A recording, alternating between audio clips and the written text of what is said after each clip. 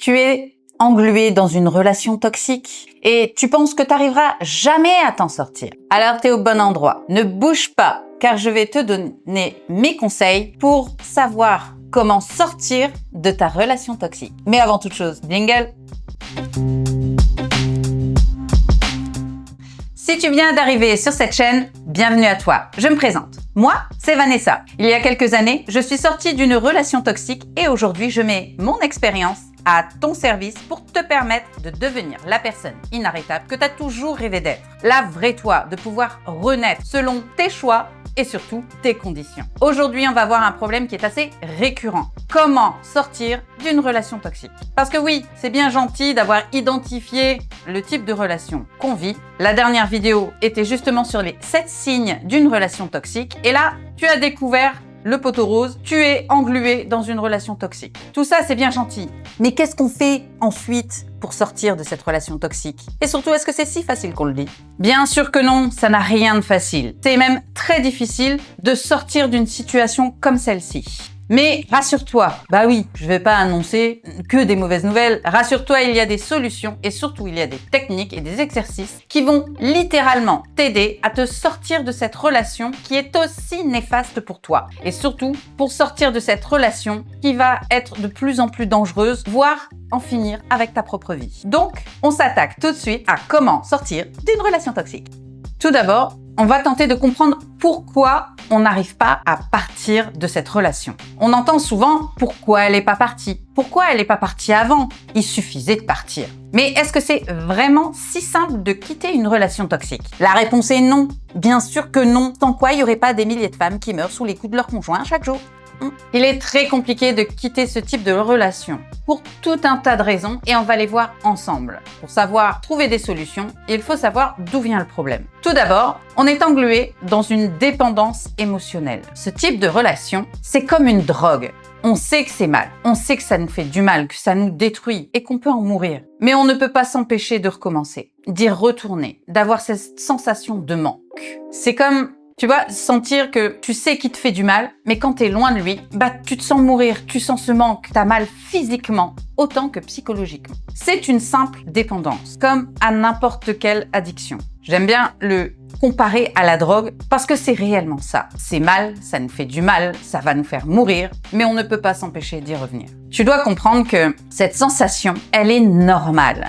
Ton cerveau s'est habitué à cette situation. C'est devenu sa normalité. Et ton cerveau, lui, il déteste ce qu'il ne connaît pas.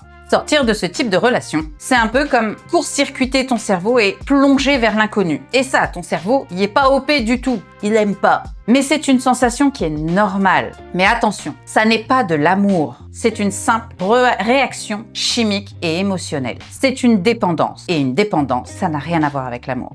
La deuxième raison, elle est on ne peut plus simple et pourtant, on passe souvent à côté. On espère toujours le changement. Eh oui, le changement. On est toujours dans l'illusion qu'il va changer, qu'il va se transformer et devenir l'homme que tu as toujours rêvé. T'es pas toute seule, hein. On a tous été dans le même cas, moi compris. J'espérais être différente des autres, qu'avec moi, ça serait autrement, qui changerait, qui comprendrait et qui pourrait se transformer. Mais, spoiler alerte, personne ne change s'il est comme ça, profondément ancré, il restera comme ça. Tu dois accepter qu'il est tel qu'il est et qu'il ne sera jamais l'homme qui te fera du bien.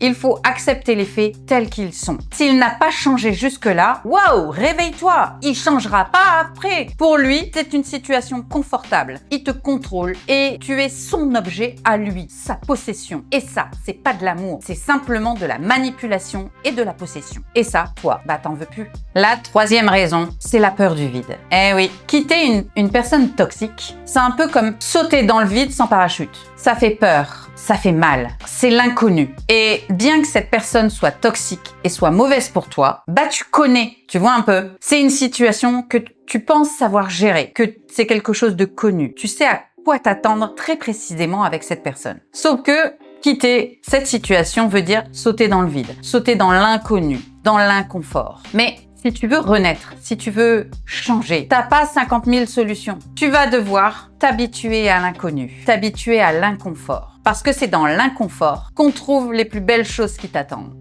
Maintenant qu'on sait pourquoi c'est difficile, On va attaquer le vif du sujet. Comment sortir de cette relation toxique? La première étape, c'est la plus importante, c'est la décision.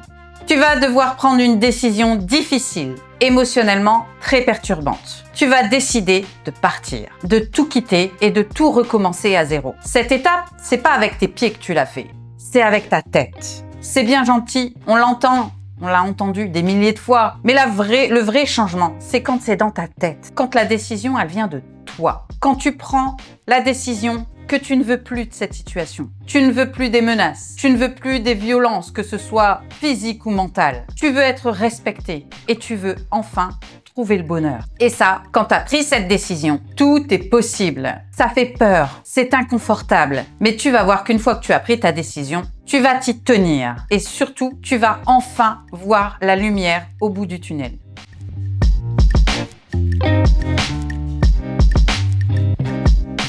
La deuxième étape, tu vas couper les liens totalement. Totalement, vraiment totalement. C'est très difficile à faire, c'est très éprouvant, mais tu vas tout couper. Tu vas l'enlever de tes réseaux, tu vas effacer, bloquer son numéro. Même pas effacer, tu vas le bloquer, son numéro. Tu vas l'éjecter de ta vie, sur tous les plans. Et tu vas également le sortir de tes contacts, de ta famille. Il va falloir que tu l'éjectes littéralement de ta vie. Ça ne sera pas facile parce que lui, il va pas être d'accord. Lui, il a son emprise sur toi et ça, il veut la garder. Mais tu vas le forcer à sortir de ta vie. Je sais que c'est pas facile. C'est extrêmement difficile. On a toujours envie de savoir qui il devient, ce qu'il fait, est-ce qu'il pense encore à nous, est-ce qu'il est mal, est-ce qu'on lui ment? On a envie de juste jeter un œil ou juste lui envoyer un message pour s'assurer qu'il va bien. Non, non. Tu vas l'éjecter littéralement de ton existence. Tu n'as pas d'autre option. Il ne deviendra jamais ton ami.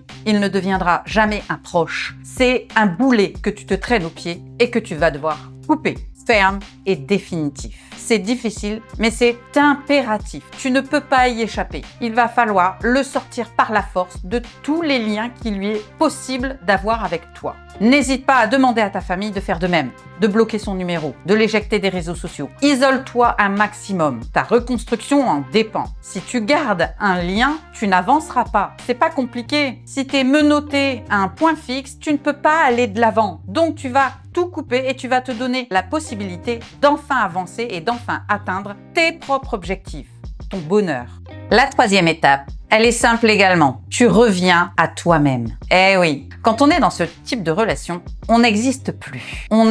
Le conjoint toxique nous a façonnés comme il le voulait. Il a effacé tout ce qui était important pour nous pour avoir une emprise totale sur nous. Ça paraît surprenant pour quelqu'un qui ne l'a pas vécu, mais c'est vraiment ça. On n'existe plus sans l'autre. Le but de ce genre de personne, c'est de littéralement être ton seul et unique point d'ancrage, à tel point qu'on finit par plus se reconnaître. Perso, j'arrivais même plus à me regarder dans un miroir. Mon reflet me dégoûtait, je ne voyais plus mes amis, je n'aimais plus les mêmes choses, jusqu'à la simple musique où je n'écoutais que les musiques que lui, il aimait. Ça a été à tel point que je n'avais plus du tout d'identité propre. Et cette étape, elle n'est pas évidente parce que on doit tout se réinventer. Tu dois intégralement te recréer, te reconnecter avec ce qui te fait du bien à toi, seulement à toi et uniquement à toi. Ça peut passer par le journaling. Perso, ça m'aide beaucoup et ça m'aide encore aujourd'hui. Écrire, mettre les mots à plat, aide à les sortir de ta tête, à les sortir littéralement de ton corps et pouvoir avancer.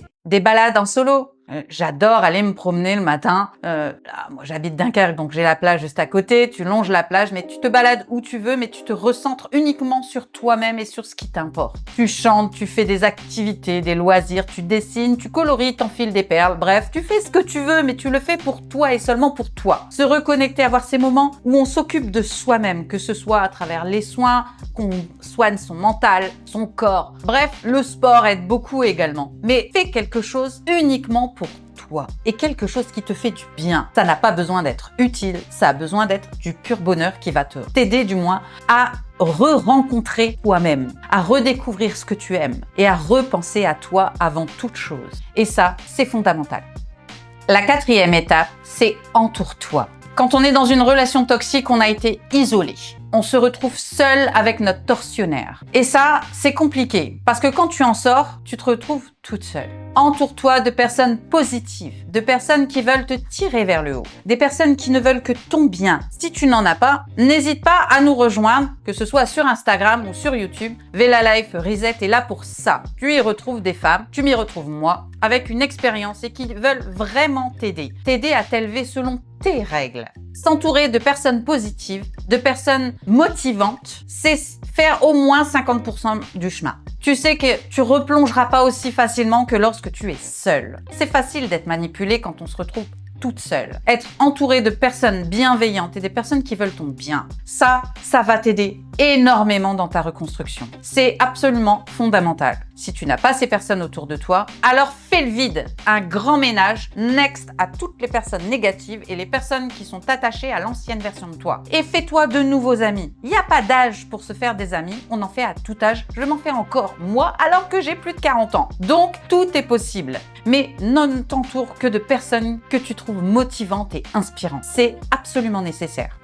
La 5e étape, c'est travailler sur ton mindset. C'est absolument nécessaire également. C'est une étape qui est absolument, mais absolument nécessaire, voire impérative pour ne pas retomber dans tes travers. Le but, c'est pas de partir et puis de retomber dedans à la première occasion. Ou pire, partir et retomber dans une autre relation toxique. Oui, c'est arrivé. Donc, on va s'en préserver. Travaille ton mindset sur les croyances limitantes, sur la façon de repérer les signaux d'alerte, sur ce que tu veux et ce que tu ne veux plus, d'imposer tes limites, de te prioriser.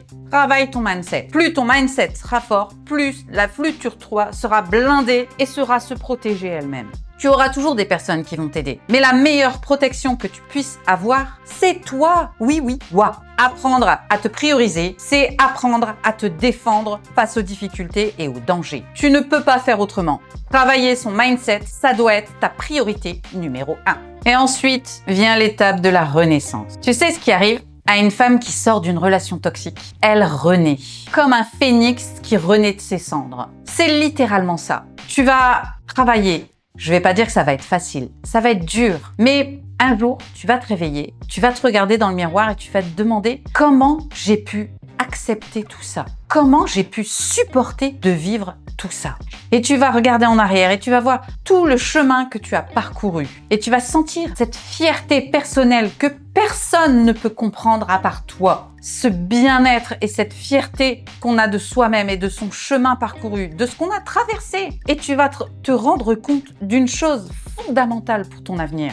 Tu as vécu le pire. Il n'y a que le meilleur qui t'attend. Le pire, c'est derrière toi déjà. Tout ce que tu envisages, tu vas te rendre compte que tu as la capacité de le faire. Non pas parce que tu es magicienne, non pas parce que tu vas avoir un don divin, mais parce que tu auras déjà connu le pire et tu te seras relevé, tu auras avancé. Et tu vas te rendre compte que finalement, le secret, il est là. C'est pas de tomber, c'est cette faculté de se relever et d'avancer pour affronter les choses et les dépasser. Rien, absolument rien ne va te retenir. Tu vas te rendre compte que les seules limites que tu as dans la vie sont celles que toi, tu t'imposes. Et quand tu ne t'imposes plus de limites, devine ce qui arrive?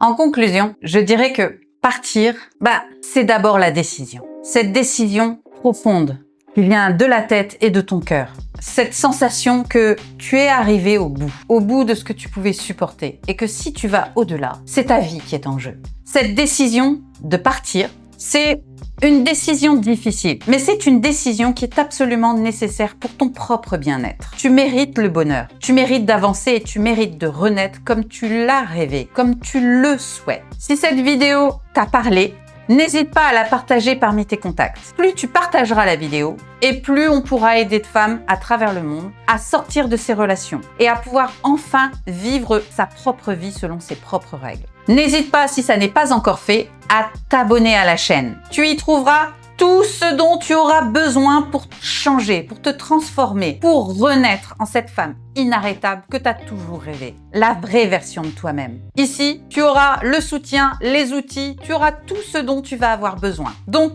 abonne-toi dès maintenant et dis-moi en commentaire si tu comptes renaître dès maintenant. Et surtout, n'hésite pas à mettre un petit like, c'est toujours sympa, et à t'abonner à la chaîne. Ça va nous aider à remonter dans l'algorithme de YouTube et pour pouvoir proposer la chaîne à un plus grand nombre. Et ça, c'est vraiment cool. Alors, je compte sur toi et sur ton soutien. Alors, on n'oublie pas, on s'abonne, on like et on commente toutes les vidéos.